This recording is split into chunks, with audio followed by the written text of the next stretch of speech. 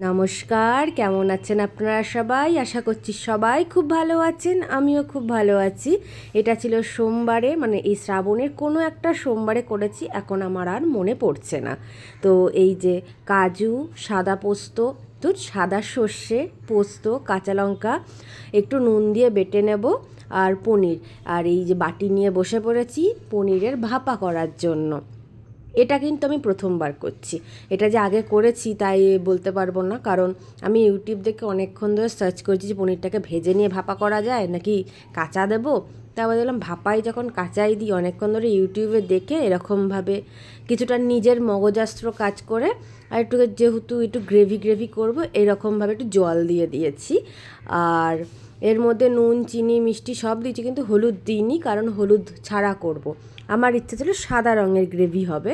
তো আর এটাকে না আমি মোমো যেমন করে স্টিম করে তেমনিভাবে করব ভেবেছি। ওই জলের মধ্যে বসালে আমার খুব অসুবিধা হয়, মানে আমার ভয় লাগে যে জল ঢুকে যাবে, এত টকবক করে নাচে। তো এর মধ্যে দিয়েছি হচ্ছে একটা কাঁচা লঙ্কা, কারণ ওটা না ঝাল হয়ে গিয়েছিল। আর একটু বেশি করে সর্ষের তেল দিয়েছি, যেহেতু ভাপা দিয়েই খাওয়া হবে আর কিছু নেই, তো সর্ষের তেলের ঝাঁঝটা একটু যেন বেশি বেশি করে থাকে। আর অন্য কোনো তো তরকারি আমি করছি না, এটা দিয়েই ভাত বা রুটি যে কোনো একটা কিছু খাবো।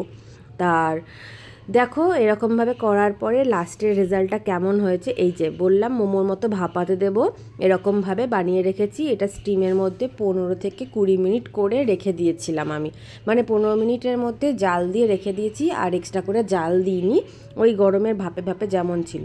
আর এটা হচ্ছে লুকটা, তোমরা চাইলেও করতে পারো, করলে জানাবে কেমন হয়েছে। ওকে, বাই।